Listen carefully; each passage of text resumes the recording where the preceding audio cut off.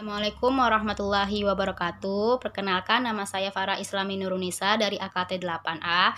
Pada kesempatan kali ini saya ingin mempresentasikan tentang skripsi saya yang berjudul Analisis Dampak Penerapan Pengakuan Pendapatan berdasarkan PSAK 72 terhadap kinerja keuangan perusahaan subsektor konstruksi bangunan yang terdaftar di BEI.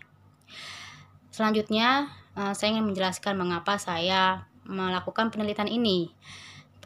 Perusahaan subsektor konstruksi merupakan perusahaan yang profit oriented. Itu artinya perusahaan tersebut bertujuan untuk mendapatkan laba yang maksimal. Nah, untuk mendapatkan laba yang maksimal berarti itu sangat berhubungan dengan pendapatan. Pendapatan diakui apabila adanya kesepakatan persetujuan dan nilai pendapatan tersebut dapat diukur secara andal. Belum ada perubahan standar pada tahun 2020. Industri jasa konstruksi menggunakan standar PSAK 34 sebagai pengakuan pendapatannya, di mana terdapat dua metode untuk pengukuran pendapatannya, yaitu metode kontrak selesai untuk kontrak jangka pendek dan metode persentase penyelesaian untuk kontrak jangka panjang. Kemudian, tanggal 28 Mei 2014, International Accounting Standard Board dan Financial Accounting Standard Board mereka bekerja sama untuk menghasilkan satu standar tentang pengakuan pendapatan, yaitu IFRS 15 tentang Revenue from Contract with Customer. Nah, IFRS 15 ini menyediakan model akuntansi tunggal dan komprehensif untuk pengakuan pendapatan. Jadi awalnya itu rule based menjadi principle based. Lalu, pada tanggal 26 Juli 2017, IAI telah mengesahkan PSAK 72 sebagai adopsi versi lengkap IFRS 15, sekaligus menghapuskan semua standar pengakuan pendapatan, yaitu PSAK 23, PSAK 34, PSAK 44, IAS 10, IAS 27, dan IAS 21. Nah, penerapan PSAK 72 di Indonesia ini diterapkan oleh seluruh industri pada tanggal 1 Januari 2020. Penerapan standar baru ini memuat perbedaan pada pengakuan pendapatan, khususnya industri konstruksi yang awalnya menggunakan PSAK 34. Nah, karena perubahan standar ini dalam pengakuan pendapatan berarti berpengaruh terhadap kinerja keuangan. Maka dari itu, pertanyaan penelitian ini adalah bagaimana dampak penerapan pengakuan pendapatan berdasarkan PSAK 72 terhadap kinerja keuangan perusahaan subsektor konstruksi. Lalu tujuan dari penelitian ini adalah untuk menganalisis bagaimana dampak penerapan PSAK 72 terhadap kinerja keuangan perusahaan subsektor konstruksi bangunan. Nah, selanjutnya kita akan membahas bab 2 dari skripsi ini, yaitu tinjauan pustaka. Yang pertama dibahas adalah industri jasa konstruksi. Industri jasa konstruksi merupakan usaha yang memberikan layanan konsultansi jasa konstruksi atau pekerjaan konstruksi. Nah, di dalam industri ini terdapat 3 jenis usaha. Yang pertama ada perencanaan konstruksi, yang kedua pelaksanaan konstruksi, dan yang ketiga pengawasan konstruksi. Ada karakteristik utama dalam industri ini. Bisnis ini merupakan bisnis yang memiliki risiko yang tinggi dan memiliki ketidakpastian karena nilai kontraknya itu bersifat konservatif, sedangkan biayanya bersifat fluktuatif. Kontrak konstruksi itu ada 2, yaitu kontrak jangka pendek dan kontrak jangka panjang. Nah, penelitian ini fokus ke kontrak jangka panjang. Pengakuan kontrak dari jangka panjang. Prinsip pengakuan pendapatan mengindikasikan bahwa pendapatan dapat diakui jika adanya keuntungan ekonomi untuk perusahaan dan keuntungan tersebut dapat dihitung secara andal. Nah, perlu diingat pada tanggal 1 Januari 2020 di Indonesia dalam pengakuan pendapatannya sudah menerapkan standar PSAK 72. Maka dari itu, berdasarkan PSAK 72, perusahaan harus memperhatikan 5 tahapan-tahapan yang harus dipenuhi untuk mengakui pendapatannya. Yang pertama, ada identifikasi kontrak dengan pelanggan. Kontrak dengan pelanggan dianggap ada jika memenuhi PSAK 72 paragraf 9, yaitu kontrak harus disepakati oleh para pihak. Yang kedua, entitas harus mengidentifikasi hak setiap pihak atas barang atau jasa yang dialihkan. Yang ketiga, entitas dapat mengidentifikasi jangka waktu pembayaran. Yang keempat, kontrak harus bersifat substansi komersial. Artinya kontrak tersebut nantinya akan bernilai ekonomi.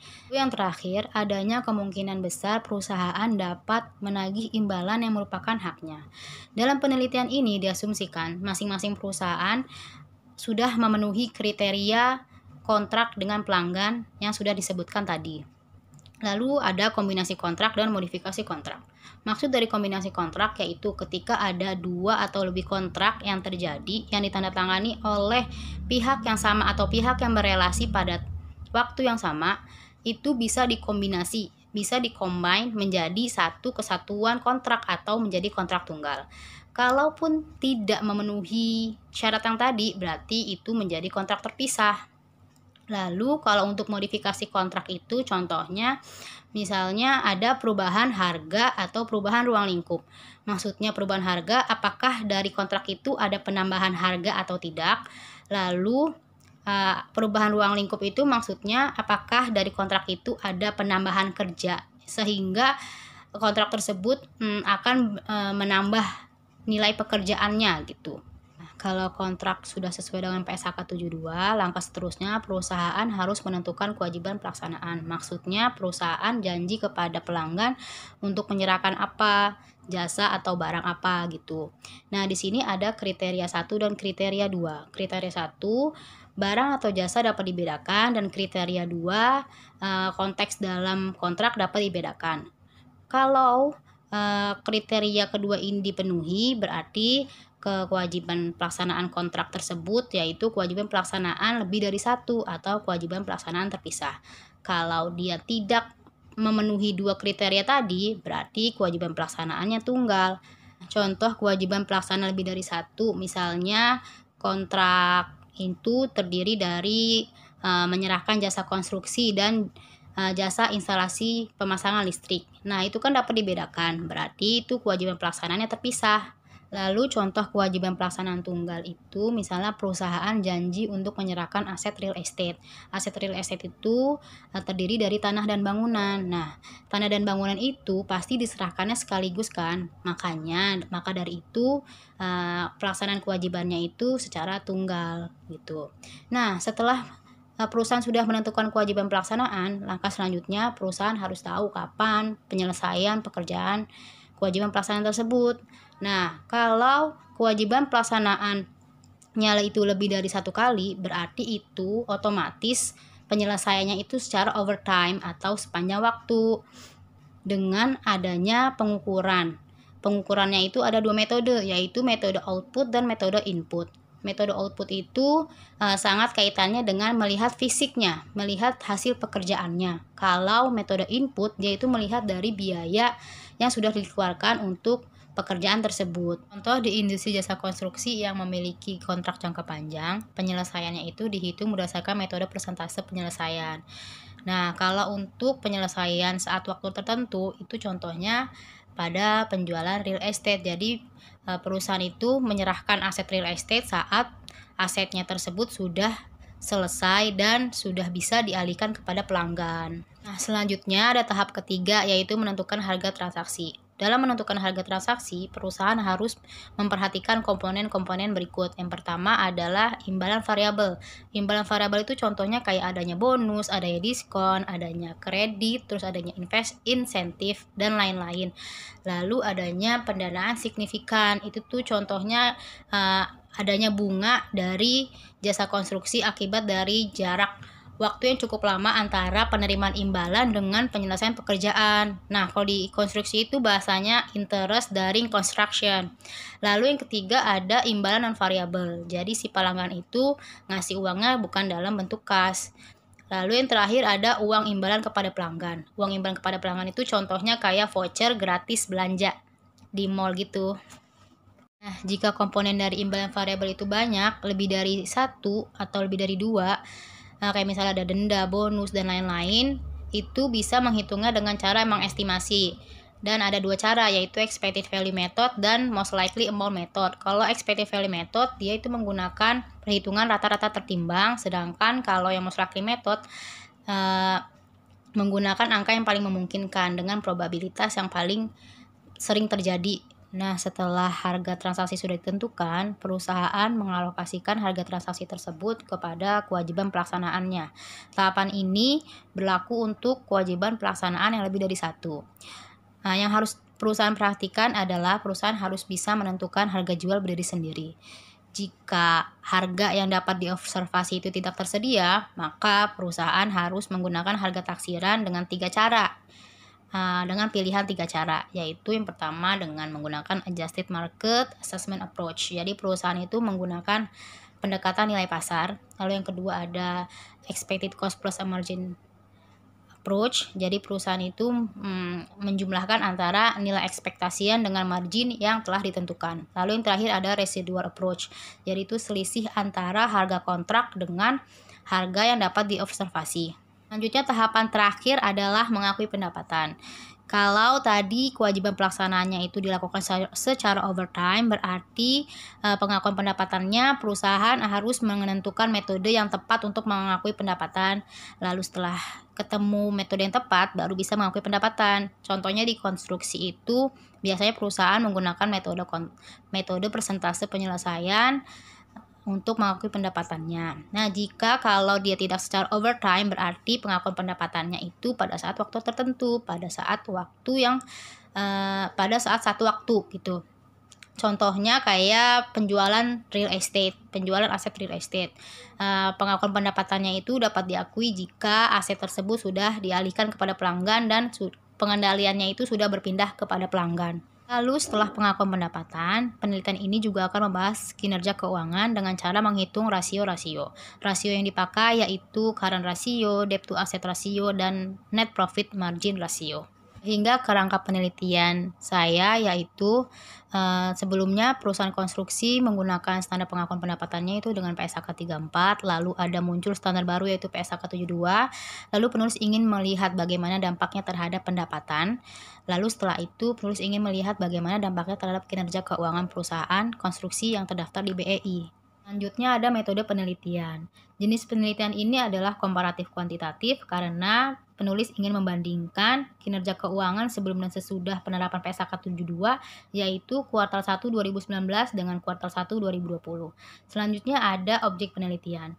Objek penelitian yaitu kinerja keuangan 12 perusahaan yang memenuhi kriteria, yaitu perusahaan yang sudah merilis laporan keuangan tahun 2020 dan sudah menerapkan PSAK 72. Lalu ada metode pengambilan sampel yaitu non-probability purposive sampling karena penulis mengambil sampel berdasarkan kriteria yang sudah ditentukan. Lalu jenis dan sumber datanya, jenis datanya data kuantitatif, sumber datanya dari data sekunder karena penulis mengambil data dari BEI. Lalu ada metode pengumpulan data yaitu dengan dokumentasi. Lalu yang terakhir ada teknik analisis data. Di sini penulis dalam menganalisis data yaitu ketika pengumpulan datanya seperti apa, lalu setelah pengumpulan data penulis ingin membandingkan dampaknya terhadap pendapatan serta dampaknya terhadap kinerja keuangan perusahaan tersebut. Selanjutnya saya akan ke bab pembahasan dan hasil penelitian. Di sini ada dua kolom yaitu nama perusahaan dan kontrak dengan pelanggan. Tolong perhatikan dari kontrak dengan pelanggannya, semua perusahaan itu memiliki kontrak dengan pelanggan yaitu jasa konstruksi. Sedangkan perusahaan yang memiliki kontrak penjualan real estate itu hanya terdapat di 4 perusahaan yaitu perusahaan PT Waskita Karya, PT Wijaya Karya, PT PP, dan PT Adikarya. Lalu penulis membuat kesimpulan untuk 5 tahapan berdasarkan PSAK 72 pada perusahaan konstruksi bangunan. Yang pertama ada sifat barang dan jasa. Kalau pendapatan jasa konstruksi, sifat barang dan jasa dapat dibedakan. Sedangkan kalau penjualan real estate, sifat barang dan jasa tidak dapat dibedakan. Kalau kewajiban pelaksanaan di jasa konstruksi, kewajiban pelaksanaan lebih dari sekali. Sedangkan kalau yang real estate, kewajiban pelaksanaan itu tunggal. Lalu penyelesaian kewajiban pelaksanaannya, kalau jasa konstruksi itu secara overtime atau sepanjang waktu. Sedangkan kalau penjualan real estate, kewajiban pelaksanaannya itu penyelesaiannya secara saat waktu tertentu. Lalu ada metode pengukuran kewajiban pelaksanaan. Di jasa konstruksi itu menggunakan metode output atau metode persentase penyelesaian. Kalau penjualan real estate itu tidak ada metode. Lalu yang terakhir pengakuan pendapatan. Kalau di jasa konstruksi, pengakuan pendapatan dihitung berdasarkan metode persentase penyelesaian tadi, sedangkan kalau yang real estate itu pengakuan pendapatan dilakukan ketika aset real estate-nya sudah diserahkan kepada pelanggan. Seiring sudah diterapkannya PSAK 72, penulis melihat ada 4 perusahaan dari 12 perusahaan mereka melakukan penyajian kembali laporan keuangan dengan melakukan retrospektif dampak kumulatif atas penerapan awal, di mana mereka mengurangkan saldo laba awal dan menambah saldo persediaan. Karena efek dari pendapatan real estate yang belum dapat diakui.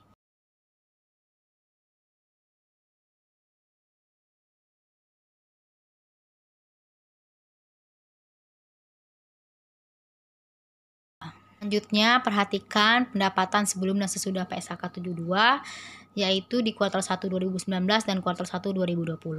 Perlu diingat, perusahaan konstruksi bangunan yang terdampak oleh penerapan PSAK 72, yaitu perusahaan yang memiliki anak di bidang real estate. Tadi sudah kita lihat bahwa yang mempunyai anak real estate itu ada 4 perusahaan, yaitu Waskita, Wika, PP, dan Adi. Nah, bisa dilihat pendapatan PT Waskita menurun dari 8 triliun menjadi 4 triliun. Begitu juga dengan Wika dari 6 triliun menjadi 4 triliun. Sedangkan penurunan pendapatan tidak terjadi pada PT Adikarya. Karena bisa dilihat pendapatan PT Adikarya itu meningkat dari 2 triliun menjadi 3 triliun. Yang penulis dapatkan, PT Adi pendapatan dari real estate-nya itu dia meningkat di kuartal 1 2020 daripada pendapatan jasa konstruksinya. Itu artinya pendapatan real estate di PT Adi sudah bisa diakui.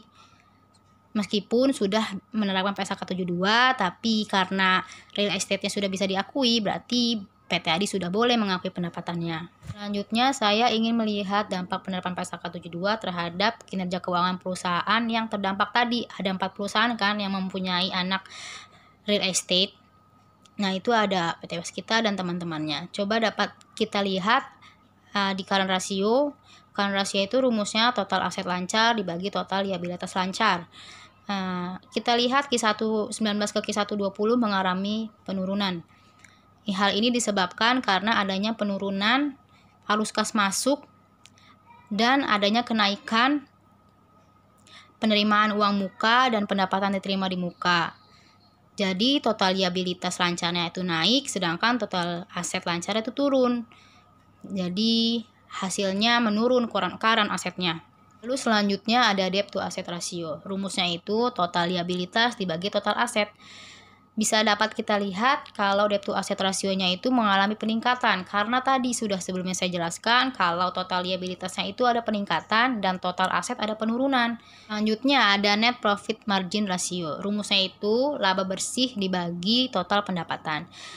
Dapat kita lihat kalau NPM masing-masing perusahaan itu mengalami penurunan yang cukup signifikan karena hal ini disebabkan oleh penurunan laba diiringi dengan penurunan pendapatan karena pendapatan real estate belum dapat diakui di tahun kuartal 1 2020. Terakhir ada bab penutup. Kesimpulan dari penelitian ini adalah PSAK 34 tidak terpengaruh oleh penerapan PSAK 72 karena masih boleh mengakui pendapatannya dengan metode persentase penyelesaian, sehingga kinerja keuangan perusahaan yang terdampak adalah perusahaan yang memiliki anak di bidang real estate. Karena sebelumnya pengakuan pendapatan dari real estate itu menggunakan PSAK 44 di mana bisa menggunakan metode persentase penyelesaian, sedangkan di PSAK 72 hal itu tidak diperbolehkan untuk penjualan real estate. Nah, penerapan pengakuan pendapatan berdasarkan PSAK 72 membuat laporan keuangan menjadi lebih relevan sehingga hal ini dapat menguntungkan investor dalam mengambil keputusan. Lalu ada saran untuk perusahaan yang terdampak maupun yang tidak terdampak oleh penerapan PSAK 72 ini. Yang pertama, perusahaan konstruksi harus lebih meningkatkan kontrak baru dan juga lebih mempercepat penyelesaian pekerjaan konstruksi untuk menutupi pendapatan dari real estate yang belum dapat diakui. Lalu selanjutnya, perusahaan harus lebih selektif dalam pemilihan proyek konstruksi dan tata cara pembayarannya sehingga pendapatan dari masing-masing perusahaan tersebut tidak mengalami penurunan yang signifikan. Alhamdulillahirabbil alamin. Sekian presentasi skripsi saya. Mohon maaf kalau banyak salah kata-kata dan banyak salah pengucapan. Terima kasih sudah menyaksikan. Wassalamualaikum warahmatullahi wabarakatuh.